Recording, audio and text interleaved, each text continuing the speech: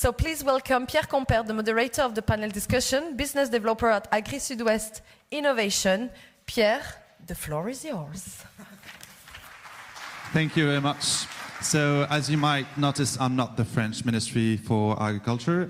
My name is Pierre Compère, and I'm delighted to moderate this roundtable. My job is to assist innovative startups, SMEs, and entrepreneurs in their development in the agri-food sector.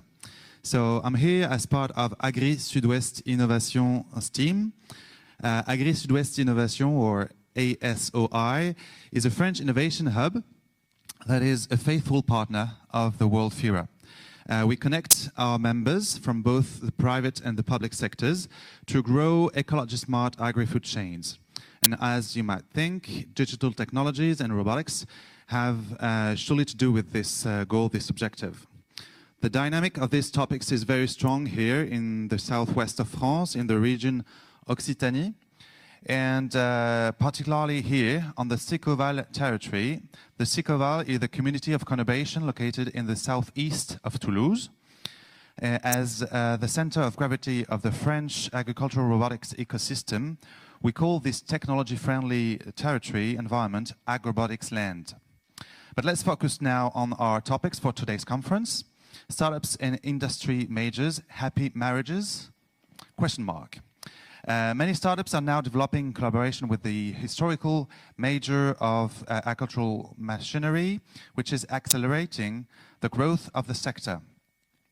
The objective of the discussion we'll have together is to understand why these collaborations are becoming so common, what are the key stages of these partnerships, and how this new strategic relationship is being built. But let's share experiences of these winning couples, and I invite a first couple to join me on stage. So please welcome with a big applause Philip Kemps, product manager at AgFeed, and Stefan Kiefer, head of innovation in crop production from Amazon. Big round of applause. Thank you. Grab a mic.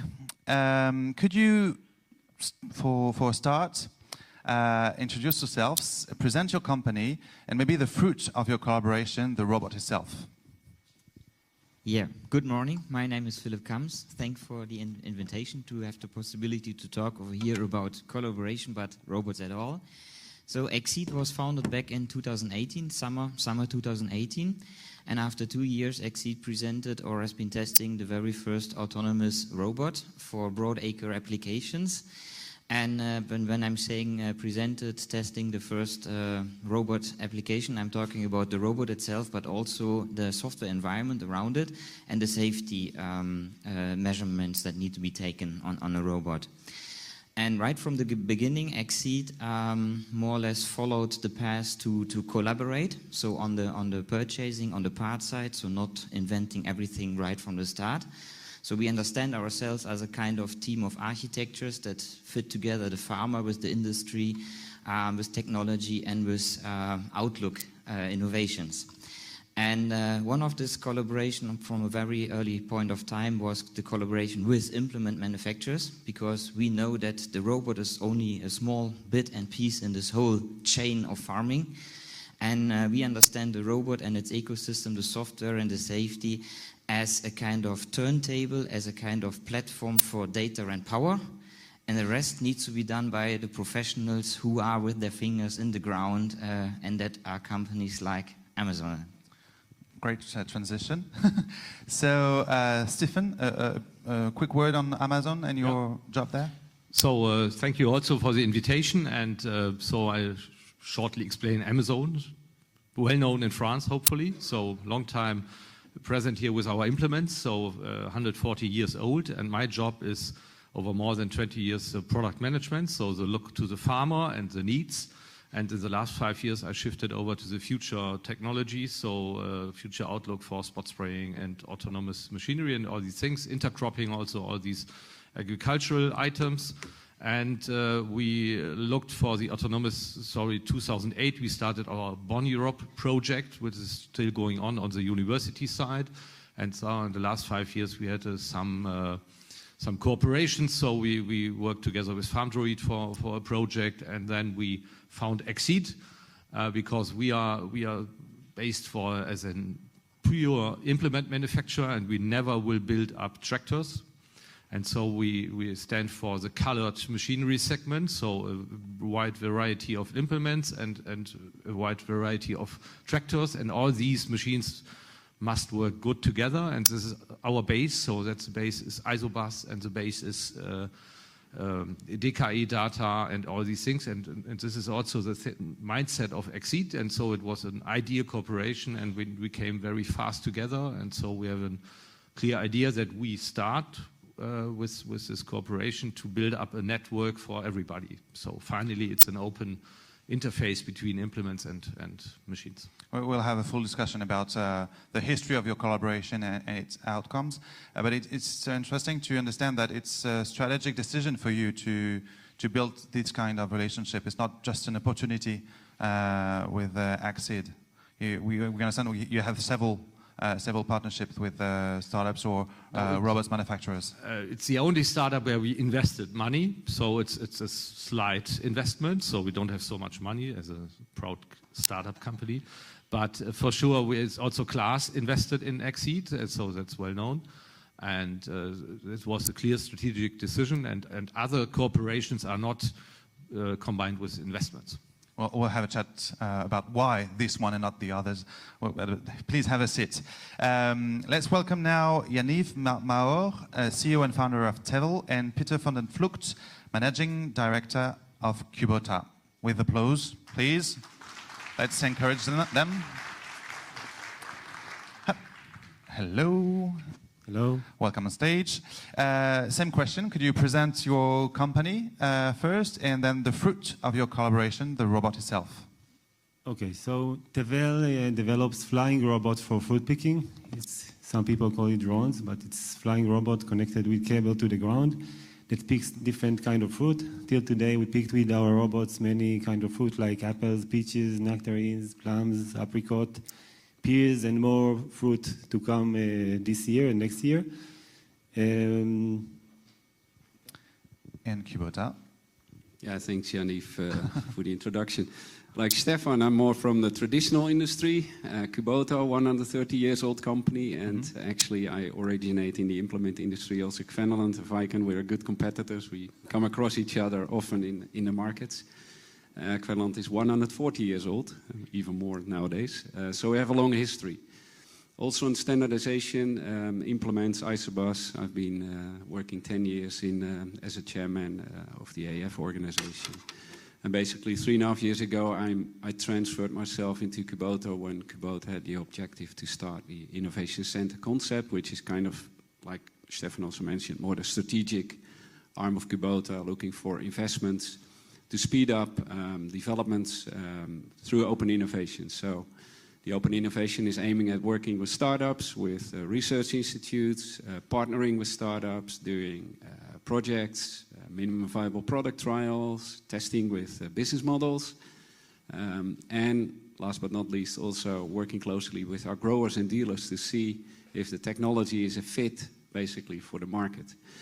We found Yaniv 2 years ago through an investment, and we contributed in a round, and yeah, our partners since 2 years, and together we will try to find the growers to work with the product and see how we can get the best fit in the near future.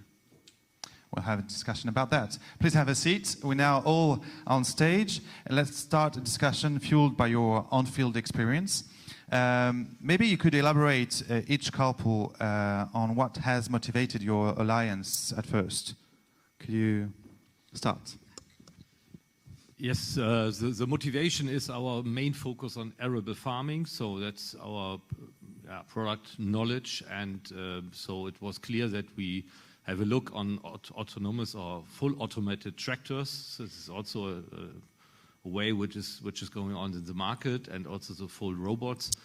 But every solution we had in the market were not perfectly matching ourselves. So our competitors also are doing some robots, and we every time think about, okay, do we make a robot or not? And You mean yourselves? on ourselves, but finally we don't have endless engineers sitting around, so we focused on our implements, and I think our job is to optimize our implements regarding surveillance of the work, looking for the working quality, looking for additional information data out of the implement, and to start a network, because we can only survive when we are connected to tractors and connected to towing machinery. And I think it's especially the European way that we are not closed up in a big company, so it's for us a very good starting point, and so we are very... And what about getting your implements autonomous themselves or itself? Yeah, we are looking on our implements full autonomy, and doesn't matter if it's a robot or doesn't matter it's a tractor with a man on the top, because it's not full automated, so it's highly automated, not autonomous. And so this is also a target. So and we see that John Deere will bring the 8R to the market, so the full autonomous tractor, and for sure we hope that they follow up the isobus and the isobus TIM communication, to have the communication also sometimes to John Deere, and they don't close up their data. Maybe I'm quite sure that everyone knows isobus, but just to explain, if someone doesn't know this standard. Yeah, the isobus is more than 20 years old project. The IF is the international industry organization who organize worldwide standardization between implement and tractor and terminals. This is traditionally, and now we see that there are some components inside which are interesting. For example, TIM, tractor implement management, so the communication and the active control of an implement and a tractor. And this is one of the key technologies we need for this open network that machines can work with tractors. And we see now that this TIM communication need to be expanded, so we need more data which coming from one to the other direction. And we found a partner who's very open to give us all the data. And for sure, it's a starting point, which is a type of exclusivity, but we both need others. So also Exceed will like to have a red or a blue implement on the back, and we will see that we have a red or whatever, a light green tractor in the front. So that's our target, and this is our key innovation strategy. And perhaps one sentence on top. All the robots we see in the market. So we have a differentiation between autonomous machinery, that's our project going on, but the robots is also in our mind. So we had a project with FarmDroid, and we have some cooperations, but finally we decided for our company that this is a niche market today. So we look to this market, but today we don't spend so much time in this, because it's mainly based in vegetables, organic farming, weeding, and so we have a look on this, but it's not the first focus. Okay, Peter, maybe for just to bounce or to react on what Stefan had just said about data, about isobus, was it at the key of at the heart of your search of partner, this ability to share the data, to be connected? For sure, I guess. Yes and no, I would say. Especially the relation with Tevel Robotics is a bit special in this case, because it's more like a self-propelled, self-containing robot harvesting system.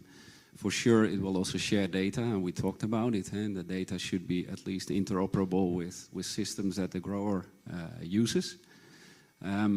Getting back to Stefan's point, yes, isobus is a standard between implements and tractors, and this could be an autonomous tractor, but it could also be a robot carrier, for example, which uses the same principles of isobus, in particular TIM, which enables the autonomy from the implement to the tractor or the robot carrier. And this could make the robot and the implement kind of a combination, a couple of two machines that kind of work semi-autonomously, or in the future fully autonomously if the carrier or the robot tractor is fully autonomous. totally agree, Tim, is the way forward there because it's a standard, it's a secure standard. We talked yesterday also about security, safety. Those principles have been taken into account in the whole design of TIM. So it's a secure standard, and also all the robot manufacturers and autonomous tractor manufacturers should take this into account because it's available, it's there. Getting back to, I mean, TEVL and more organized robots that use only a closed system or self-propelled system, it's a slightly different story. Although and we talked about it also, you use also platforms for the picking of fruits where the robots are kind of the implement, you could say. If you take the same analogy, the robots are the implement, or the FARs in this case are the picking. And the base platform, you could say, is the tractor which takes the whole system through the orchard.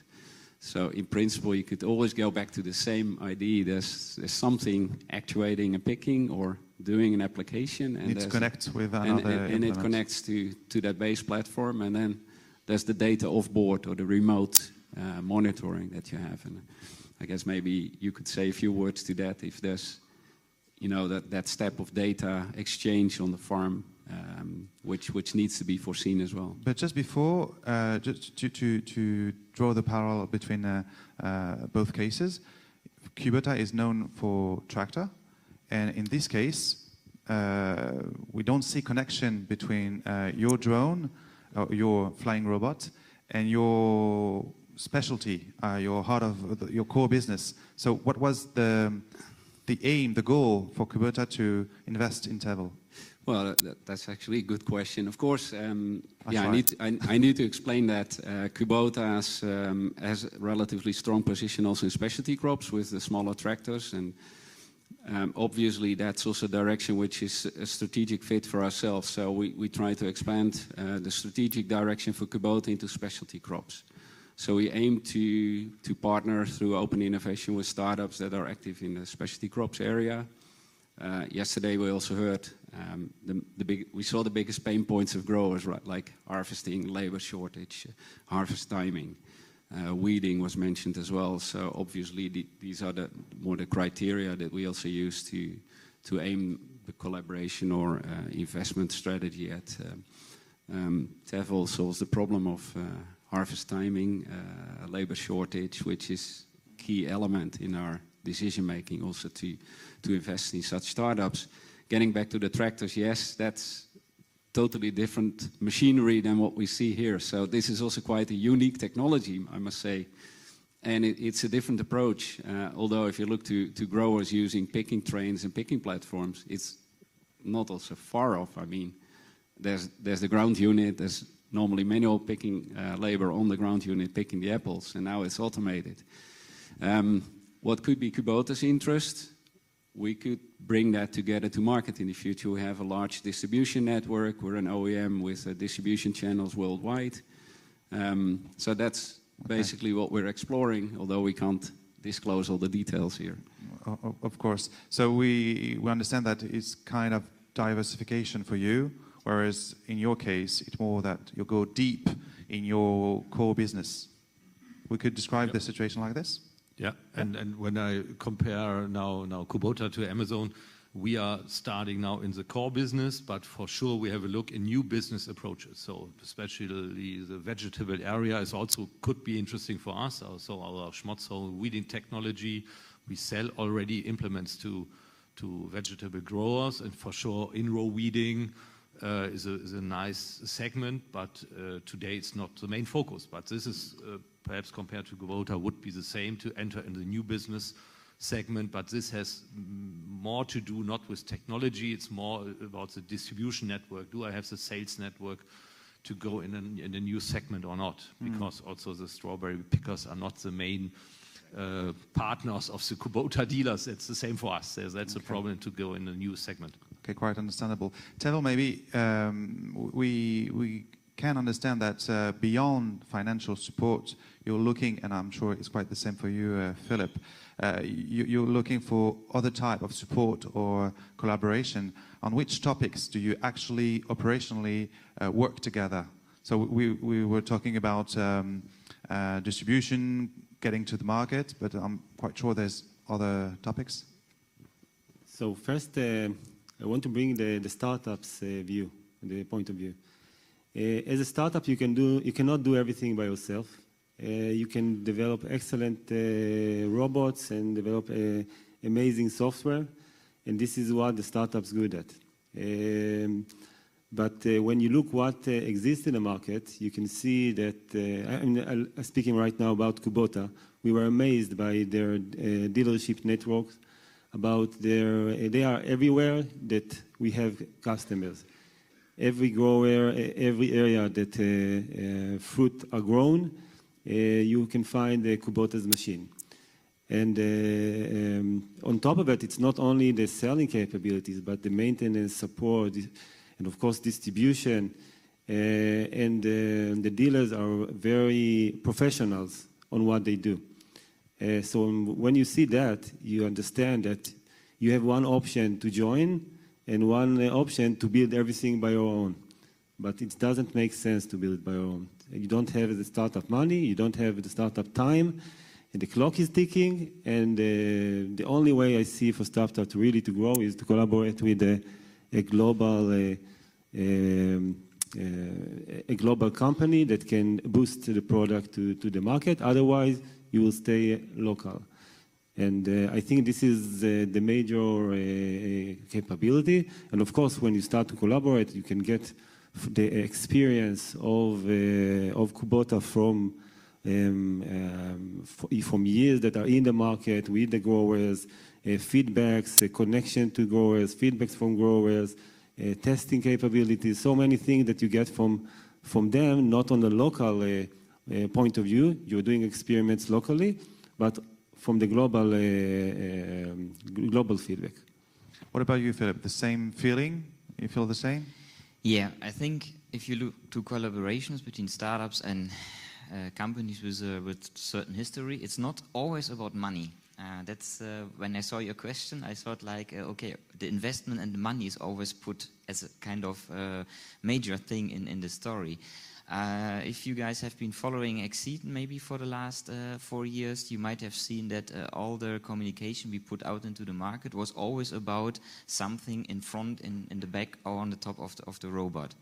So on the very first stage, we already presented a spader, which is nothing well known in France, I guess, but it's a kind of driven plow. And this was a collaboration without any kind of investment, because from the very first point in time, we knew that the robot is only that small bit in this whole chain, what I explained during my introduction. And after this, we came up with the orchard machine that had a collaboration with a sprayer, with intelligent sprayer on top. And then we have another collaboration in regards of flail mower technology, because we know when we go to commercialize the robot, which happened last year, so we already sold the first 20 pieces, and they're already making a lot of hours now in the market, and they will come quite a couple this year. Then we knew that this robot needs to fulfill some business case in the farmer's operation. And without implements that don't fit to a robot, the robot is useless. So yes, there is a certain interest of startups to gain money by having big companies investing in your company. But I think when you're talking about robots, getting the finger into the ground, the collaborations to make this whole ecosystem from software over safety, over power, over data, down to the implements is maybe as important as the money.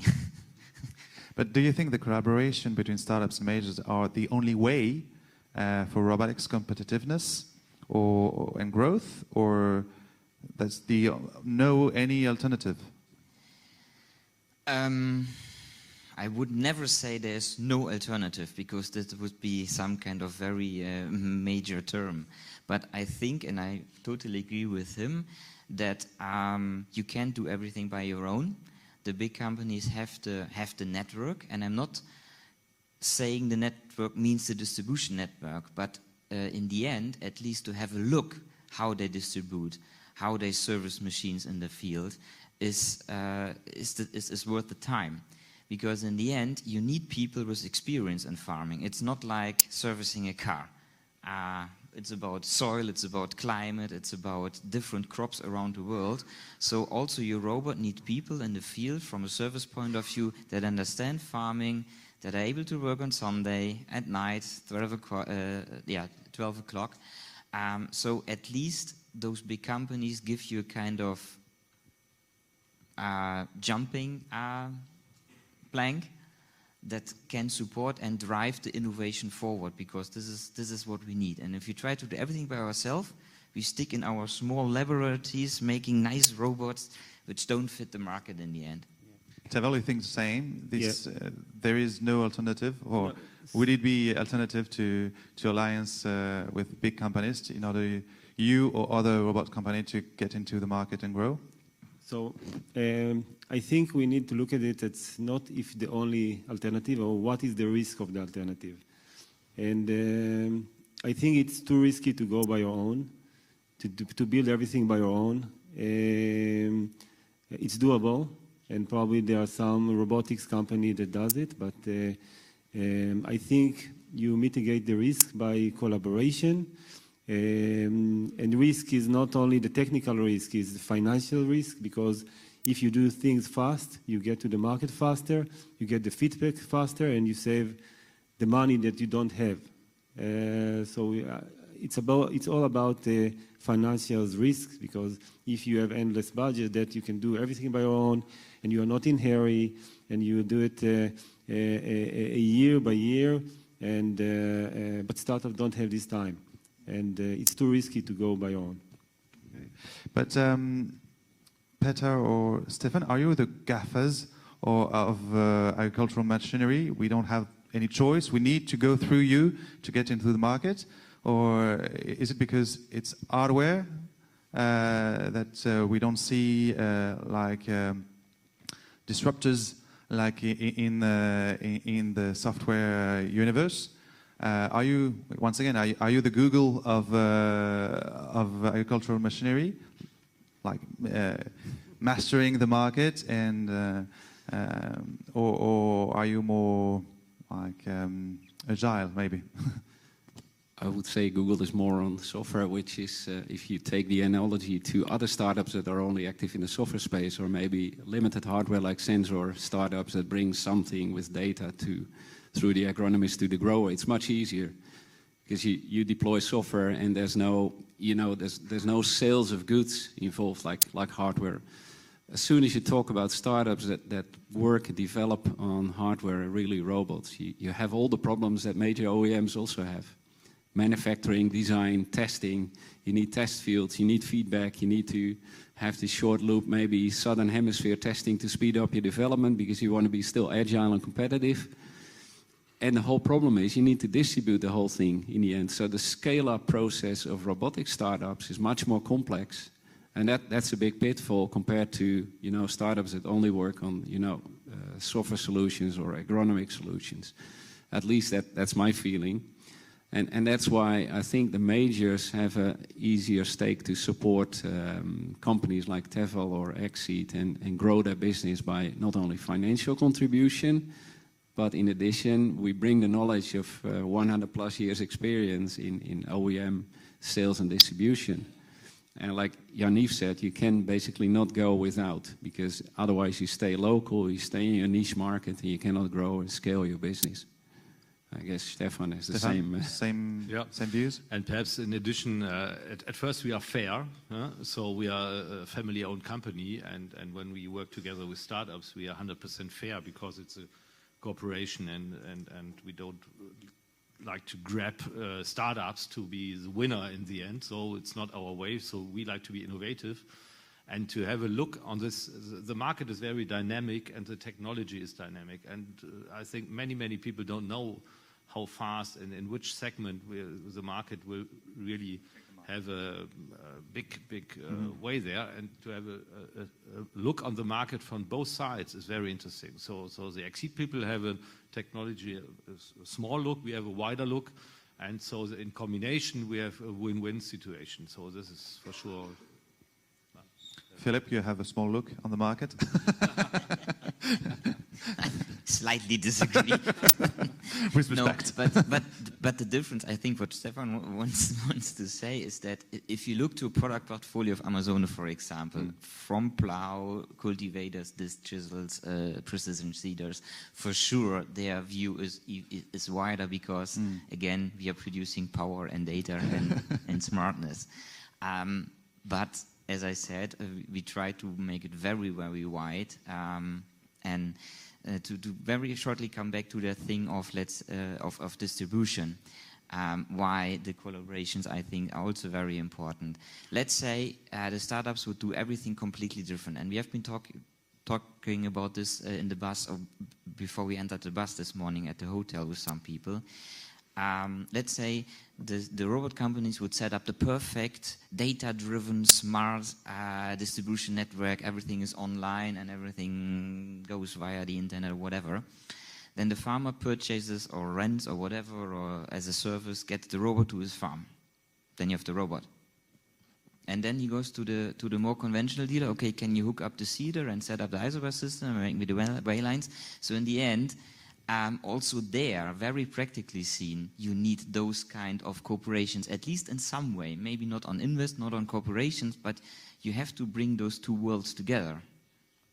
And what about, because we've been talking about money, R&D, marketing and distribution, but what about industrialization? Do you have cooperation on this field? No. No for you. And why that? No need? No. No need.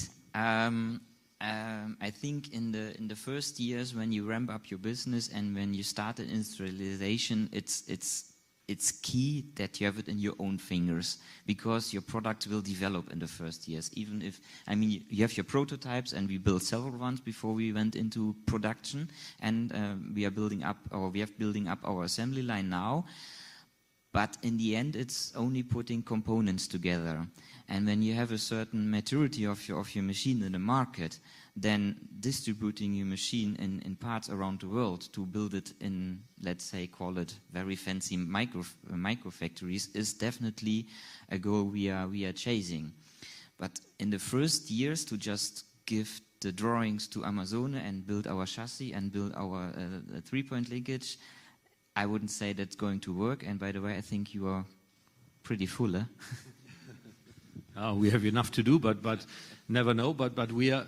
You need to understand what is our role. We are a minor investor at Exceed, so we are not the major one who would like to produce and sell these robots. So we have a strategic investment and try to go on the technology side and on the market, on the customer need, and this is our aim.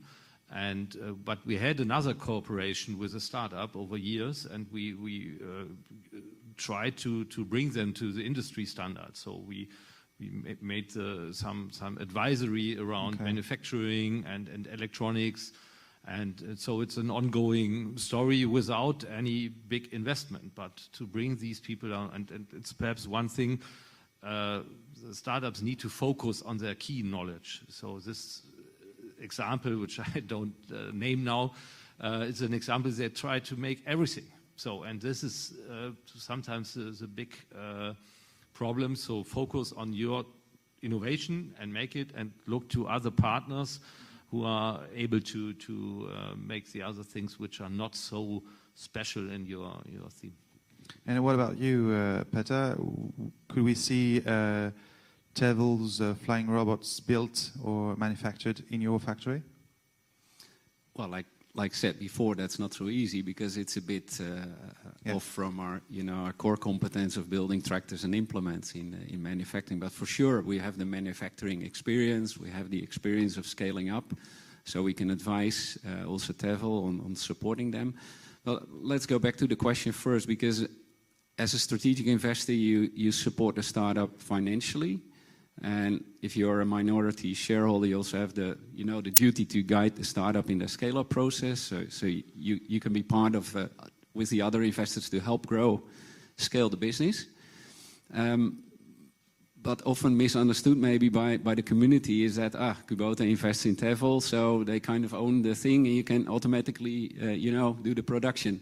it's not as easy as that. Eh? So, like Philip and Stefan already said, it's still two separate worlds, and you can define a strategy of working together, see maybe a long-term roadmap, how can we support a startup, but that also would require other agreements. So if you want to have a distribution agreement in place, for example, you need to work on that. That's not automatically in place. I mean, it's a financial investment, right? So we're assessing the possibility of how can we collaborate this in the future, what could be our roadmaps and so on. And that's how you would look in your couple as well, between Exceed and the implement Amazon. You look how does it match and how can we work together. And in the long run, there might be a collaboration in the sense of, maybe a manufacturing agreement or a further development agreement. It's still too soon in your both histories. The duty to help scale up the companies here is also that it's not exclusive. So there's also other partners they work with. And like you say, you are multicolored. It's like Isobus. The grower also ultimately decides what is my color and what is my dealer supporting me for. So the dealer is still an important role in this case. And if it's an Amazon dealer and there's a good match with Exceed, he would go for that combination if it's a good couple. Same goes for Tevel, right? If we have a local Kubota dealer that supports a platform and the integration is good, he would go for that. But it could also be other combinations still, which helps the startup sell the business and scale up. Janif, Peter said just a bit before, it's two separate worlds, two different worlds. What about company culture? You're a startup, he's from a big company. How do you manage the collaboration between their engineers? They're well known for heavy machinery manufacturing, and you're supposed to be very disruptive, agile, if that's an English word. So would it fit easily? I think people think about heavy machinery, so heavy company, but it's not the situation. And I think that Kubota found the formula how to do integration of new technologies by innovation centers, and they are fast. They are not small. They are not slow. And this is the way it works well. We don't see slow response. We see definitely reasonable response time. The startups don't have time and they're all the time on rush, but we see a very short response time for every need that we have and support. So till now we see an excellent match. Same question for you both. Yeah, from my side, it's more or less the same. So we have a pre-engineering group internally, and they work every time on innovations, and they are free of the product and free of the series production. And these guys are more our internal startup. And now these guys are working with Exceed on a flexible way, and the innovations and the disruptive thinking is coming to our company with this cooperation. And now we have to look forward. Okay, now we come to series production. Then our other colleagues coming into the play, and then it's becoming sometimes more complicated because the dynamic of startups is faster than our production cycle, or because we need to scale worldwide parts service and everything. But this is good for us, getting more flexible with this push. And when you ask for the culture, it's really a big luck that we sit together 2 hours by side. And we every time have a very good relationship to the Netherlands, because there are a lot of innovative farmers regarding spraying and fertilizing, for example. And so we know the culture, and so it's relatively easy to work together. Philip, you'd like to add something? Very good summary. I mean, I would say Exceed isn't a typical startup. It's not kind of university spin-off. If you look to the 4 founders, which are people with a very long history in designing and manufacturing agricultural machinery. So there is already a slightly different mindset in there, but they saw, let's say, the negative things of their of their former projects and how they were handled, etc. And they give this startup feeling and touch to this new company by working, as you say, agile and very flexible. And when we met, I mean, I know also Stefan for years already, but you contacted us, I think, 1.5 years ago, more or less. And when you see what they have been doing as a big company in this 1.5 years to make implements fitting robots, making implements smart, I was really much astonished and positive. Yeah. So it's an ideal relationship. Great. You'd like to add something, maybe, Peter, about this culture, communion? Yeah, sure. Traditional OEMs have usually slower cycles, and I totally agree that there's a traditional R&D, and when things need to be put forward to production and prepare for production, it takes these long cycles. And there's obviously also a clear reason we sell worldwide. You have a large responsibility as an OEM for functional safety, security. If you have a problem and you need to do a recall action or whatever, that's very costly, right? So you really have to make sure that your product is good when it hits the market. That's why we have these cycles of prototypes, O series and so on, which all the majors are working with. And that's something that gradually comes also if you scale up the startups business, because if they sell worldwide and you have a problem, you have the same problem. So you have to be really careful. But in the beginning, it's quite easy. Startups are agile, fast moving. And that's where you have then, in the beginning, a mismatch with the traditional R&Ds and development environments in large companies. So that's also why we established the innovation centers, and we kind of work in a more agile way with a small team that can move quickly, swiftly, take quicker decisions and so on, support the startup in bringing things to the market for testing.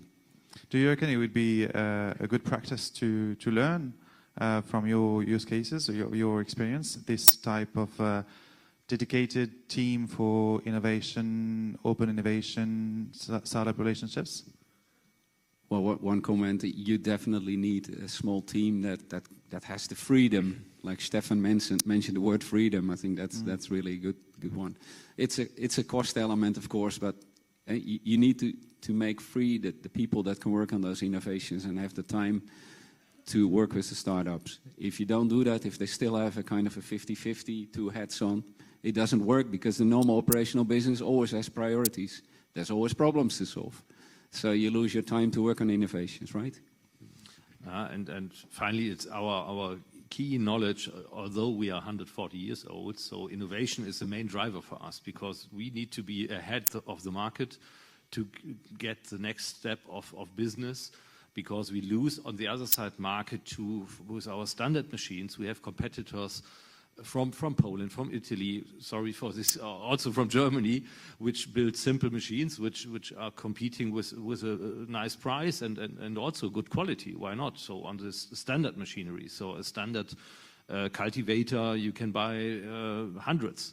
And now we come into the more intelligent cultivator. So it's quite difficult to make it right. So to not over-engineer and to make it right for the farmer. So it's a difficult story, but it's our key story beside of all the autonomous things. And so the clever guys in the engineering, together with the clever guys from the market and from the customer needs, sometimes we make a good job, and ask me in 2 years if we see more green and orange implements on the Exceed, or there's a blue one behind. Then we made a mistake, but we hope that it's a good starting point. So beyond that point, we'd like to share other lessons with the audience, maybe from the startup point of view.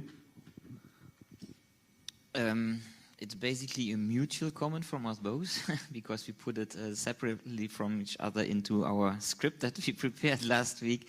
And that's definitely if you're an entrepreneur or a startup, the question is, what is the difference in the end? Start talking to the industry and to the market, and don't stay too long in your own laboratory and in your own world. Because you need that input. You don't have to rely on that input, but in the end, listen and take your own conclusions out of this.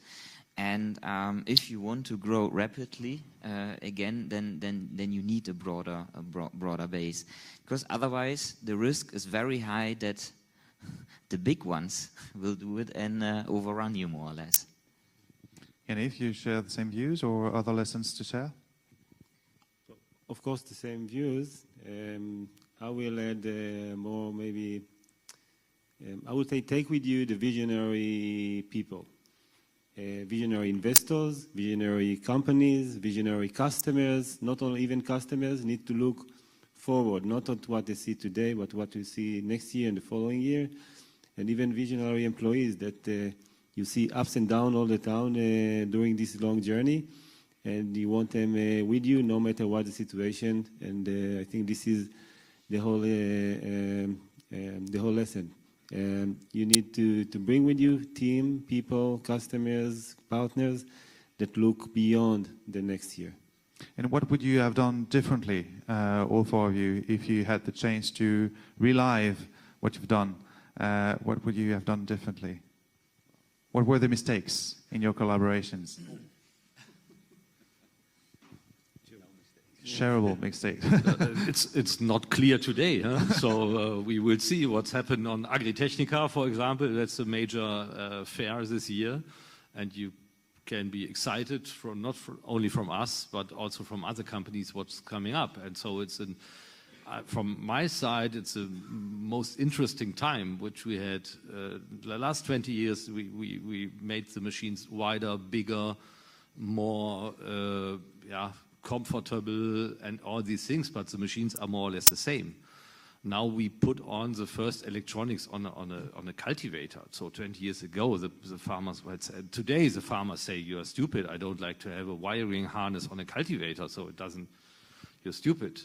But so how is the acceptance and how this? But the question was, what did we do wrong? I don't know. Time is missing, and to run around with farmers and to understand the really needs. And it's a wide market, so it's also perhaps interesting to understand this. So when you look for a sprayer today, we drive over the field. It doesn't matter if the sprayer is 50 meters wide or 36. Doesn't matter it's in Spain or in Norway. But now we are coming to special use of robots with special implements. So we need to have a deeper look in every market segment. So where's our best starting point? Where do we go with the first machines? And you find every time the first 10 early adapters, it's very easy. But then the next 100 customers, where to go? But that's our base daily business. So we also make mistakes in our normal production and development. But now it's more exciting because we don't have a benchmark. What about you, Tevel? So you mentioned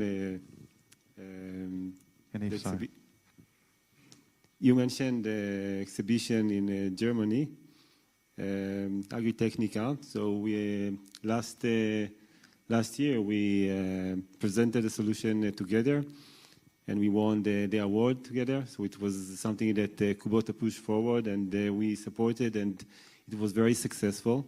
Here in France or in Germany as well? In Germany. Yeah, in Germany. So we won together the award. This is a nice success, a nice step forward to show the collaboration and the power of working together. So I'm asking for mistakes and you That's right. reply with so success. You can understand. You're very, very smart. So yeah, you can understand not major mistakes till now. Let's see if the audience has questions maybe as tricky as mine. Who has questions for our panelists?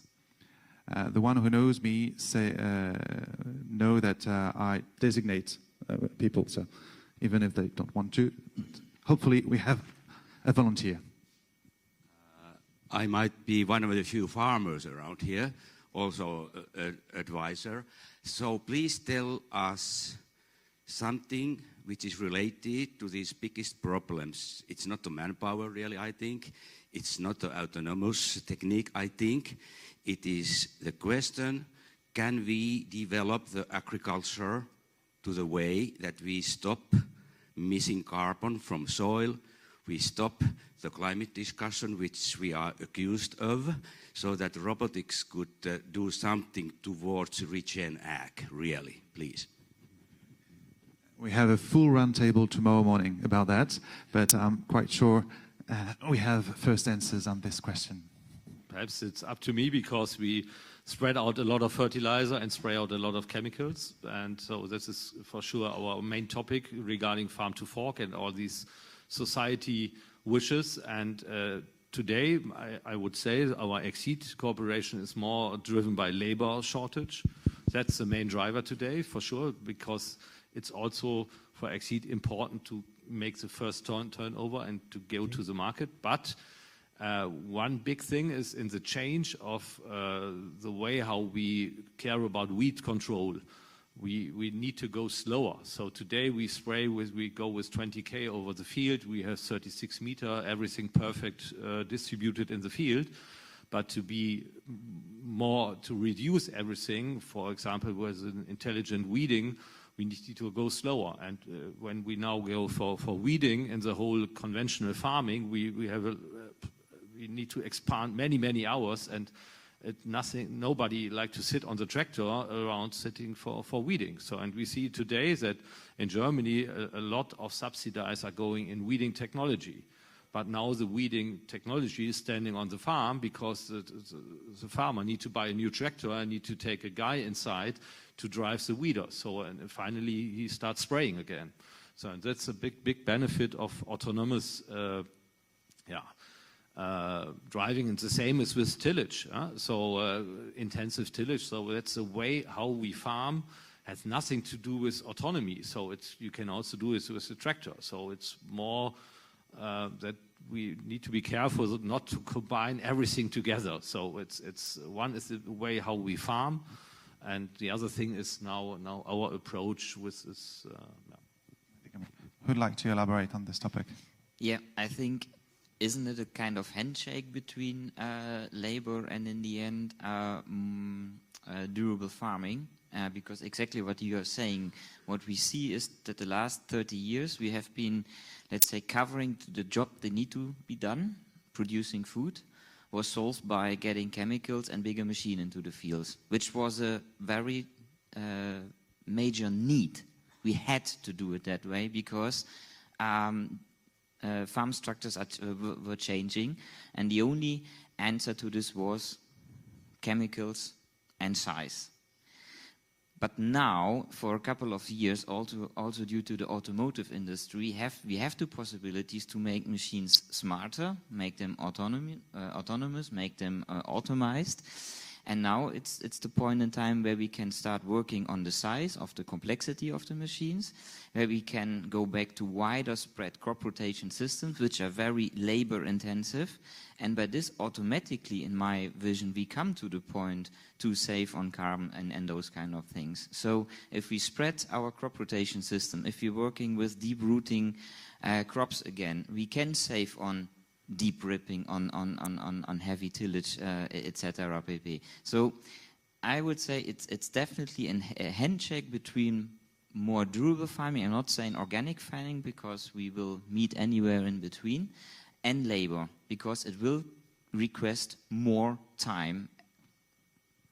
Peter, Yannick, some answers? I want to add something related to fruit picking and carbon emission. What the connection between them? It looks like no connection because fruit picking is the last task done in the orchard, and then carbon emission. It seems to be no connection, but there is. Today, when you look at the wasted product, because of shortage of labor, you can find places where 20, even 30% is wasted because of shortage of people. That means that we could save 20-30% of the carbon emission for producing the same amount of fruit, or increase the yield in the other way. So there is a connection. If you have enough pickers, enough automation to deal with the production, then you could save the carbon emission. Peter? Yeah, I was having the same idea, so that's a good one. I think you're right, Yaniv. Food losses is one of the major contributors to emissions, and food waste is around 30% worldwide, I think, which is an enormous amount. That's also why Kubota is also aiming to invest in companies that support, let's say, food losses and so on, and quality of fruit. The collaboration also with Tevel is important in this aspect. Getting back to the more traditional way of farming, I think the last 10, 15 years, the industry, all the majors have been pushing towards precision farming solutions. So fertilizers, seeders, sprayers, they've become enormously optimized. So you can do really on-the-spot precision application with centimeter accuracy. It comes, of course, with cost, right? You need to install a RTK GPS on your tractor. You need to do the seeding according to prescription maps, the spraying. The fertilizing, it can be done already. The technology is there. The further automation will come with robotics, for sure. Technologies will come that electrify robots, or change technology, for example, to hydrogen-powered powertrains, which might also help future emissions. Then I'm thinking of specialty crops or orchards and vineyards in particular. There's not so much technology that we know already around from arable farming for many years. So the technologies we have, let's say isobus and precision farming applications, but also sensors to treat on a tree-by-tree level in the orchard and really target specific only that tree that needs a treatment. That technology should also come there in orchards and vineyards, because you will save on chemicals, you will save on fertilizers. With the smart data solutions, you will get prescriptions prescribed by your agronomist that help you and optimize your operations. Lastly, there will be, of course, legislations, European Community, also organic vineyard farming and so on. It will push into the direction of reducing all the greenhouse gas emissions. Perhaps a quick comment to precision farming, because we have a 20 years history of precision farming, and we see that many farmers are doing it for optimization and a slight reduction of the use of inputs. But finally, they make another distribution in the field, so on the side. But the big step, what is the big wish to have to lower the chemical use and to lower the fertilizer input, is, from our opinion, only possible with a wider crop rotation and with new methods of crop production, and not with precision farming. Precision farming and research on precision farming on sensors, it's a must. But we don't believe it's not enough, maybe. Yeah, but we need to look more to the crop production methods and not only for technology. And so we'll talk about the difference between precision farming and agroecology or regenerative agriculture tomorrow morning at the same time. So please be here. Last question. Please introduce yourself. Hello, Ben Scott Robinson from Small Robot Company. Stefan, you kind of started to get onto that subject there, and I know it's something you're going to talk about, but what you've been sort of talking about here is sort of different ways of doing the same things, and the fact that, as incumbents within the industry, you've been looking at different ways of doing the same things, which is understandable. What is your appetite for exploring different models of farming rather than looking at doing the same things in different ways? And a quick add, would be a collaboration between startups and big major company helpful in this matter? Yeah, we look for new methods of farming. For example, weeding has every time to do with disturbing the soil again and again. That's traditional weeding, and we look for intercropping. So it's a major thing that we get more crops within the year. That every sunlight, every water drop is taken by the plants. And so we have projects going on. Controlled row farming is one of the projects that we put in additional crops, perennial crops in the rotation. And then how we manage these crops, intercrops, then we come back to autonomous solutions that we have a closer look. Okay, now I need to go a third or fourth time in the field to control my intercrop to get my main crop. So these are things where we are working on, and we drive projects in this direction, and we will bring also innovations in the tools how to manage these for example, in our intercrops. Yeah, Philip and then Peter. Yeah. In quick words. There's always a difference what you see right now, what we are presenting, and what we are talking about internally. So when we have our, let's say, our product meetings, then we are not talking about nuts and bolts and iron and also not about data. So we are exactly talking about what you just said. So intercropping, aligning, working with. I mean, look into the business, at least in Western Europe. Corn on 75, corn on 50, sugar beets on 25. Whatever. So we are talking about too high cost in agriculture. Okay, let's standardize a couple of things. Standardize a couple of things and make them fit new cropping systems. So that's what we are talking about behind the doors, and from there moving to machinery, software, etc.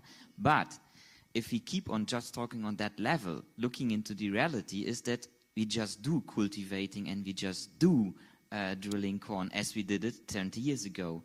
And we have to earn money at a certain stage, and that's the point where we have to start selling machine with existing or fitting into existing environments on different farms.